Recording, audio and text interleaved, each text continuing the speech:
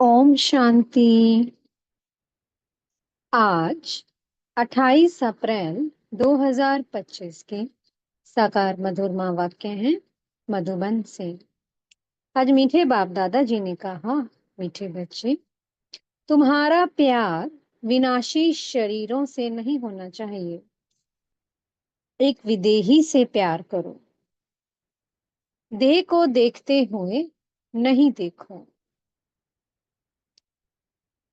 तो बाबा संगम पर जब आते हैं तो हमें ये ज्ञान देते हैं, हमें हमारे सत्य स्वरूप की पहचान कराते हैं कि तुम एक आत्मा हो। जब हम स्वयं को आत्मा समझते हैं और उस एक परमात्मा को याद करते हैं तो उसकी याद से उसके गुण शक्तियां हमें आने लगते हैं। अगर हम किसी देहधारी को याद करेंगे तो उस आत्मा में जो है, जो उसके गुण हैं या अवगुण हैं, वो हमें आने लग जाएंगे। क्योंकि देह तो क्या है? देहभान तो पतितपना है ना। अगर हम किसी देहधारी को याद करेंगे देहभान में रहते हुए तो विकार हम में आएंगे। लेकिन जब हम स्वयं को आत्मा समझ उस परम शक्ति को, उस सत्य स्वरूप को याद करेंगे, अपने परम पिता को याद करेंगे, तो उसकी लाइट, उसकी माइट हम में आती है कि जहां से कनेक्शन होता है वो कनेक्शन हमें खींचता है। आत्मा का कनेक्शन है परमात्मा से। तो इसलिए बाबा बार बार हमें क्या कहते हैं? आत्म अभिमानी बनो, अपने को आत्मा समझ मुझे को याद करो। क्योंकि आत्मा फिर बहुत तेज गति से, बहुत तीव्रता से परमात्मा के गुणों शक्तियों को फिर रिसीव करती है। जितना जितना आत्मा का भान बढ़ता जाएगा उतनी रिसीविंग बढ़ती जाएगी। इसे कहते हैं लॉ ऑफ अट्रैक्शन। जितना आत्मा का अभ्यास बढ़ता जाएगा परमात्मा की ग्रेविटी हमारी ओर बढ़ेगी, हमारी उनकी ओर बढ़ेगी और हमारे गुण शक्तियां सब जागृत होने लग जाएंगी और आत्मा पवित्र बनती जाएगी। इसलिए बाबा ने कहा सिर्फ मुझसे प्यार करो, एक विदेही से प्यार करो। प्रश्न है, बुद्धि को स्वच्छ बनाने का पुरुषार्थ क्या है? स्वच्छ बुद्धि की निशानी क्या होगी? उत्तर है, देही अभिमानी बनने से ही बुद्धि स्वच्छ बनती है। ऐसे देही अभिमानी बच्चे अपने को आत्मा समझ एक बाप को प्यार करेंगे, बाप से ही सुनेंगे। लेकिन जो मूढ़मती हैं वह देह को प्यार करते हैं, देह को ही श्रृंगारते रहते हैं। ओम शांति। ओम शांति किसने कहा और किसने सुना? और सत्संगों में तो जिज्ञासु सुनते हैं, महात्मा व गुरु आदि ने सुनाया, ऐसे कहेंगे। यहाँ परमात्मा ने सुनाया और आत्मा ने सुना, नई बात है ना। अभी तक हम सत्संग सुन रहे आ रहे थे देवान में और देधारियों से। यहाँ नई बात है, परमात्मा सुना रहे हैं हम आत्माओं को। देही अभिमानी होना पड़े, कई यहाँ भी देह अभिमानी हो बैठते हैं। तुम बच्चों को देही अभिमानी हो बैठना चाहिए। मैं आत्मा इस शरीर में विराजमान हूँ। शिव बाबा हमको समझाते हैं, ये बुद्धि में अच्छी तरह याद रहना चाहिए। मुझ आत्मा का कनेक्शन है परमात्मा के साथ। परमात्मा आकर इस शरीर द्वारा सुनाते हैं। ये दलाल हो गया, ब्रह्मा बाबा दलाल हो गए। तुमको समझाने वाला वो है, इनको भी वर्षा वो देते हैं। तो बुद्धि उस तरफ जानी चाहिए। समझो, बाप के 5-7 बच्चे हैं, उन्हों का बुद्धि योग बाप तरफ रहेगा ना। क्योंकि बाप से वर्षा मिलना है, भाई से वर्षा नहीं मिलता। वर्षा हमेशा बाप से मिलता है, आत्मा को आत्मा से वर्षा नहीं मिलता। तुम जानते हो, आत्मा के रूप में हम सब भाई भाई हैं। हम सब आत्माओं का कनेक्शन एक परम पिता परमात्मा के साथ है। वो कहते हैं, मामेकम याद करो, यानी कि सिर्फ एक मुझको याद करो। मुझे एक के साथ ही प्रीत रखो, रचना के साथ मत रखो।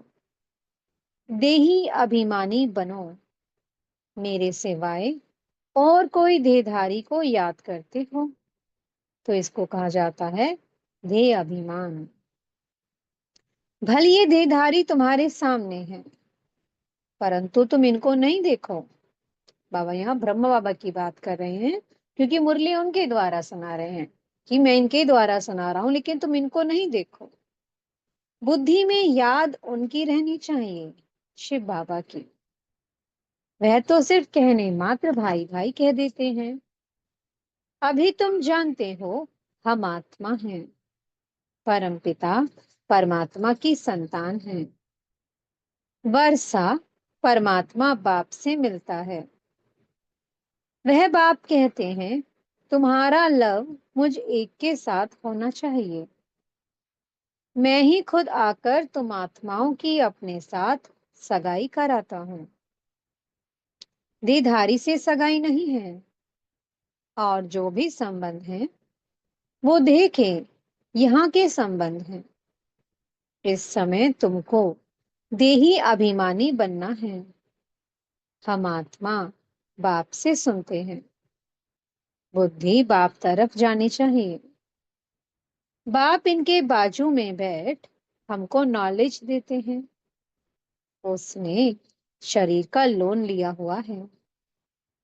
आत्मा इस शरीर रूपी घर में आकर पाठ बजाती है, जैसे कि वह अपने को अंडर हाउस अरेस्ट कर देती है। पाठ बजाने के लिए है तो फ्री, परंतु इसमें प्रवेश कर अपने को इस घर में बंद कर पाठ बजाती है। आत्मा ही एक शरीर छोड़ दूसरा लेती है, पाठ बजाती है। इस समय जो जितना देही अभिमानी रहेंगे वो उच्च पद पाएंगे। बाबा के शरीर में भी तुम्हारा प्यार नहीं होना चाहिए, रिंचक मात्र भी नहीं। ये शरीर तो कोई काम का नहीं है। मैं इस शरीर में प्रवेश करता हूँ सिर्फ तुमको समझाने के लिए। ये है रावण का राज्य, पराया देश। रावण को जलाते हैं, परंतु समझते नहीं हैं। चित्र आदि जो भी बनाते हैं उनको जानते नहीं हैं, बिल्कुल ही मूढ़मती हैं। रावण राज्य में सब मूढ़मती हो जाते हैं। वे अभिमान है ना, तुच्छ बुद्धि बन गए हैं। बाप कहते हैं, मूढ़मती जो होंगे वह देह को याद करते रहेंगे, देह से प्यार रखेंगे। बाबा ने मूढ़मती किसको कहा? कि बाबा समझा रहे हैं कि तुम आत्मा हो और मुझ परमात्मा को याद करो। समझाने के बावजूद फिर भी उन्हें ये बात समझ में नहीं आती, और फिर भी वो देहधारियों को याद कर रहे हैं, देह को प्यार कर रहे हैं। तो वो क्या हो गए? मूढ़ बुद्धि, मूढ़मती हो गए, पत्थर बुद्धि हो गए।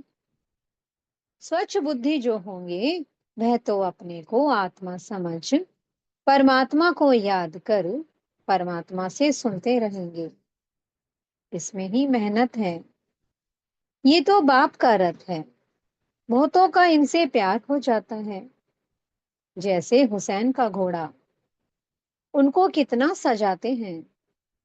अब महिमा तो हुसैन की है ना, घोड़े की तो नहीं है। जरूर मनुष्य के तन में हुसैन की आत्मा आई होगी ना। वो इन बातों को नहीं समझते।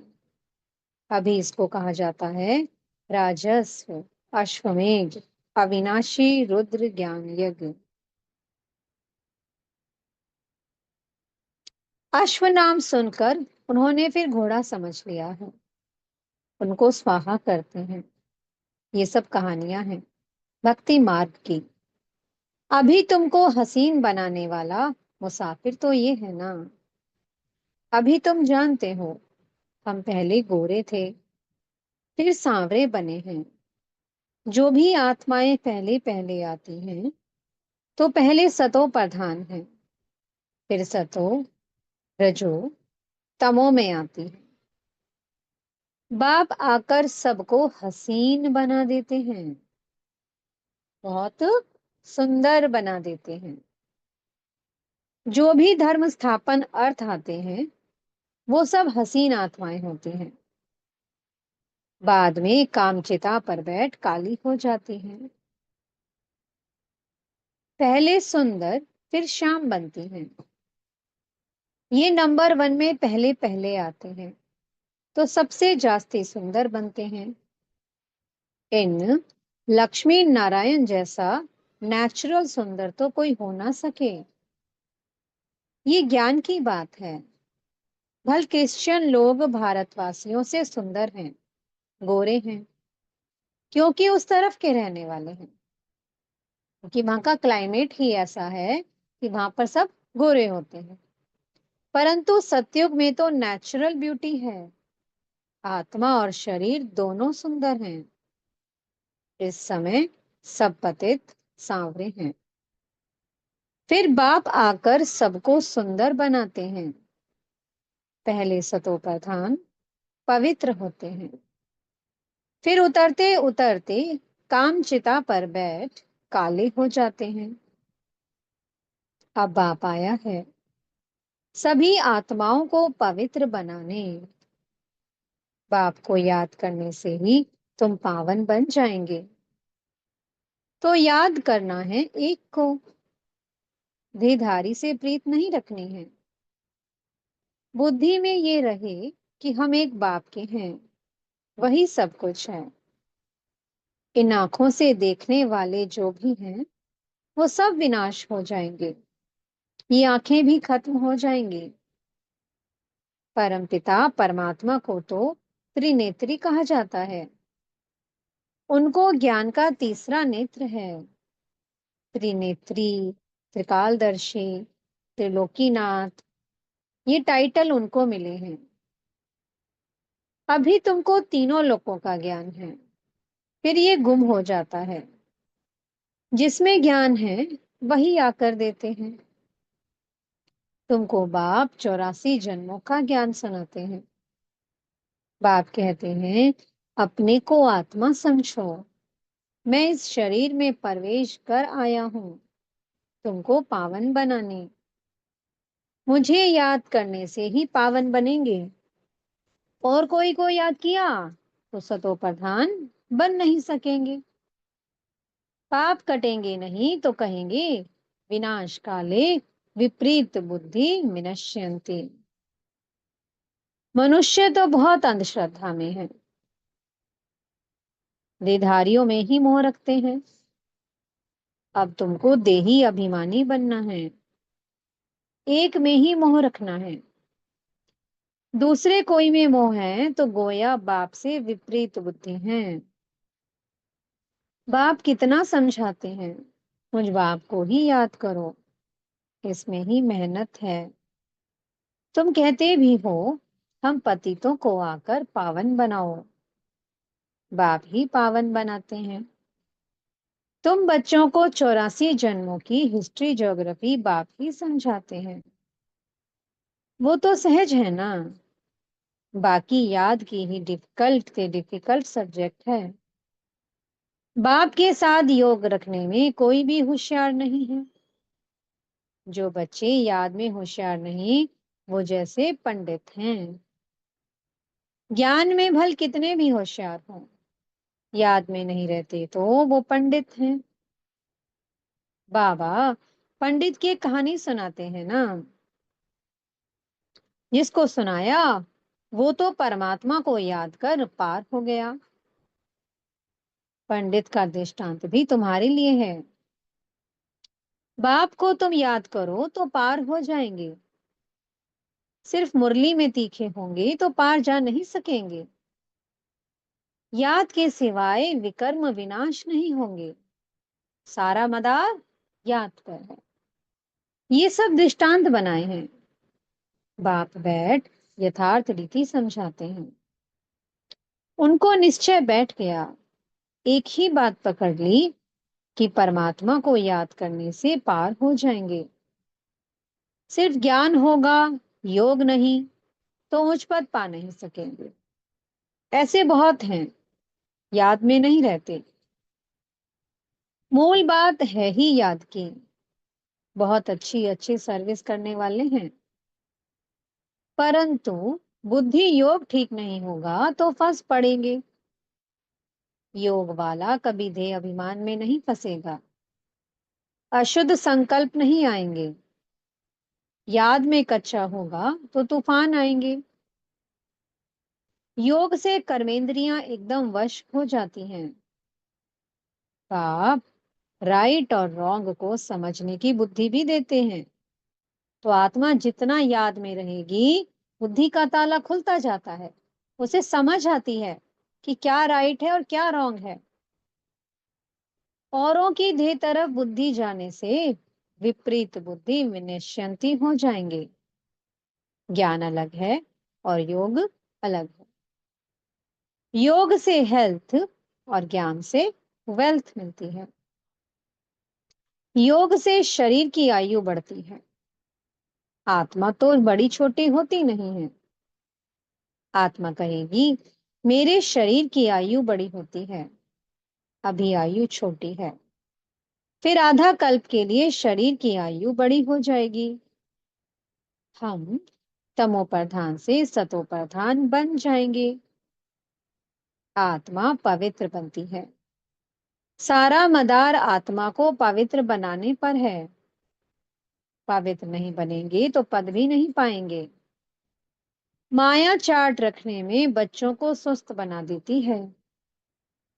बच्चों को याद की यात्रा का चार्ट बहुत शौक से रखना चाहिए। देखना चाहिए कि हम बाप को याद करते हैं या कोई मित्र संबंधी आदि तरफ बुद्धि जाती है। सारे दिन में याद किसकी रही अथवा प्रीत किसके साथ रही, कितना टाइम वेस्ट किया। चेकिंग करनी है कितना समय हमारे मन बुद्धि में बाबा की याद रही और कितने समय बुद्धि और तरफ रही। अपना चार्ट रखना चाहिए। परंतु कोई में ताकत नहीं है तो चार्ट रेगुलर रख सकें। है किसी में ताकत? बाबा कहते हैं कोई में ताकत नहीं है जो चार्ट को रेगुलर रख सके। कोई विरला रख सकते हैं। माया पूरा चार्ट रखने नहीं देती है, एकदम सुस्त बना देती है। चुस्ती निकल जाती है। बाप कहते हैं मामे कम याद करो। मैं तो सभी आशिकों का माशुक हूं।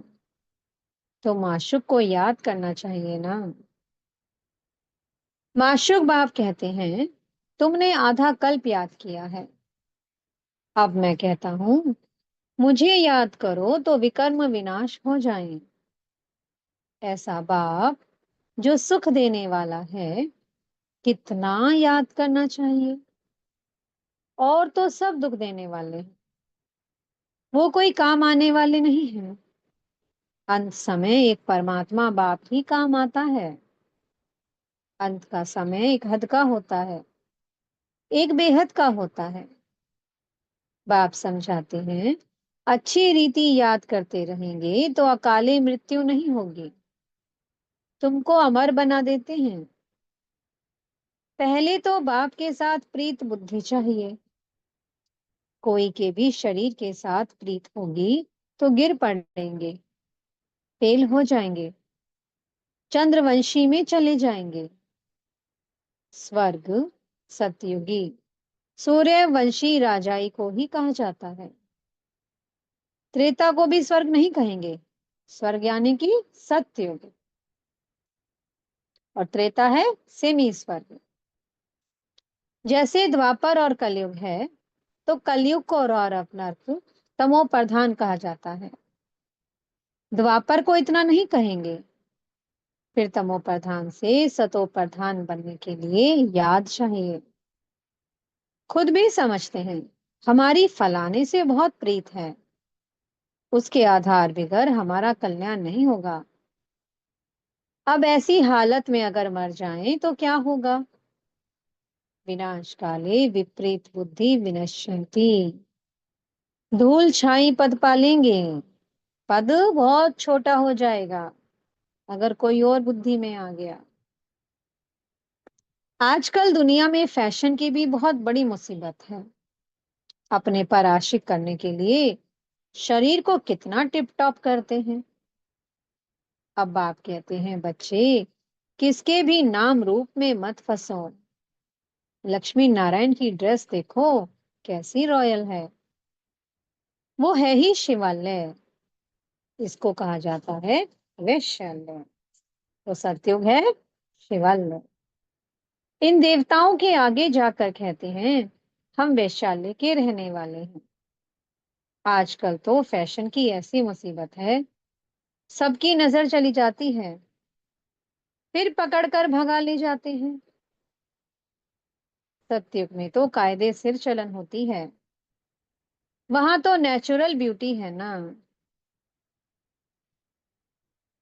अंधश्रद्धा की बात नहीं है, यहाँ तो देखने से दिल लग जाती तो और धर्म वालों से भी शादी कर लेते हैं। अभी तुम्हारी है ईश्वरीय बुद्धि, पत्थर बुद्धि से पारस बुद्धि बाप के सिवाय कोई बना ना सके। वो है ही रावण संप्रदाय, तुम अभी राम संप्रदाय बने हो। पांडव और कौरव एक ही संप्रदाय के थे, बाकी यादव हैं यूरोपवासी। गीता से कोई भी नहीं समझते कि यादव यूरोपवासी हैं। वह तो यादव संप्रदाय भी यहाँ कह देते हैं, बाप बैठ समझाते हैं। यादव हैं यूरोपवासी, जिन्होंने अपने विनाश के लिए ये मूसल आदि बनाए हैं। पांडवों की विजय होती है, वो जाकर स्वर्ग के मालिक बनेंगे। परमात्मा ही आकर स्वर्ग की स्थापना करते हैं। शास्त्रों में तो दिखाया है कि पांडव गल मरे, फिर क्या हुआ? कुछ भी समझ नहीं है, पत्थर बुद्धि है ना। ड्रामा के राज को जरा भी कोई जानते ही नहीं है। बाबा के पास बच्चे आते हैं, कहता हूँ भल जेवर आदि पहनो। कहते हैं बाबा यहाँ जेवर शोभते कहाँ हैं? पतित आत्मा, पतित शरीर को जेवर क्या शोभेंगे? वहां तो हम इन जेवरों आदि से सजे रहेंगे, अथाह धन होता है, सब सुखी ही सुखी रहते हैं। भल वहां फील होता है ये राजा है, हम प्रजा हैं। परंतु दुख की बात नहीं, यहाँ अनाज आदि नहीं मिलता है, तो मनुष्य दुखी होते हैं। वहां तो सब कुछ मिलता है, दुख अक्षर मुख से निकलेगा नहीं। नाम ही है स्वर्ग, यूरोपियन लोग उनको पैराडाइज कहते हैं। समझते हैं वहां गॉड गॉडेस रहते थे, इसलिए उन्होंने चित्र भी बहुत खरीद करते हैं। परंतु वो स्वर्ग फिर कहाँ गया, ये किसको पता नहीं है। तुम अभी जानते हो ये चक्र कैसे फिरता है। नई सो पुरानी, पुरानी सो फिर नई दुनिया बनती है। देही अभिमानी बनने में बड़ी मेहनत है। तुम देही अभिमानी बनने से इन अनेक बीमारियों आदि से छूट सकेंगे। बाप को याद करने से उच्च पद पालेंगे। अच्छा, मीठे मीठे सी कीलत है बच्चों प्रति माता पिता बाप दादा का याद प्यार और गुड मॉर्निंग। रूहानी बाप की रूहानी बच्चों को नमस्ते। हम रूहानी बच्चों की मीठे मीठे रूहानी बाप दादा जी को बहुत बहुत याद प्यार, गुड मॉर्निंग और नमस्ते। धारणा के लिए मुख्य सार है। पहला पॉइंट, किसी भी देहधारी को अपना आधार नहीं बनाना है, शरीरों से प्रीत नहीं रखनी है, दिल की प्रीत एक बाप से रखनी है। किसी के नाम रूप में नहीं फंसना है। दूसरा पॉइंट है, याद का चार्ट शौक से रखना है, इसमें सुस्त नहीं बनना है। चार्ट में देखना है मेरी बुद्धि किसकी तरफ जाती है, कितना टाइम वेस्ट करते हैं। सुख देने वाला बाप कितना समय याद रहता है। मीठे सदगुरु जी वरदान दे रहे हैं।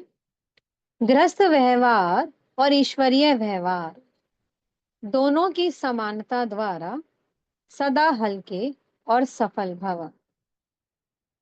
सभी बच्चों को शरीर निर्वाह और आत्म निर्वाह की डबल सेवा मिली हुई है, लेकिन दोनों ही सेवाओं में समय का, शक्तियों का समान अटेंशन चाहिए। यदि श्रीमत का कांटा ठीक है तो दोनों साइड समान होंगे, लेकिन गृहस्थ शब्द बोलते ही गृहस्थी बन जाते हो तो बहानेबाजी शुरू हो जाती है। इसलिए गृहस्थी नहीं, ट्रस्टी हैं। इस स्मृति से गृहस्थ व्यवहार और ईश्वरीय व्यवहार दोनों में समानता रखो तो सदा हल्के और सफल रहेंगे। स्लोगन है, फर्स्ट डिवीजन में आने के लिए कर्मेंद्रिय जीत, माया जीत बनो। अव्यक्त इशारे हैं, कंबाइंड रूप की स्मृति से सदा विजयी बनो। आपके शिव शक्ति के कंबाइंड रूप का यादगार सदा पूजा जाता है। शक्ति शिव से अलग नहीं, शिव शक्ति से अलग नहीं। ऐसे कंबाइंड रूप में रहो। इसी स्वरूप को ही सहज योगी कहा जाता है। योग लगाने वाले नहीं, लेकिन सदा कंबाइंड अर्थात साथ रहने वाले। जो वायदा है कि साथ रहेंगे, साथ जिएंगे, साथ चलेंगे, ये वायदा पक्का याद रखो। ओम शांति। बहुत बहुत शुक्रिया प्यारी प्यारी हमारे मीठे मीठे बाप दादा जी का। ओम शांति।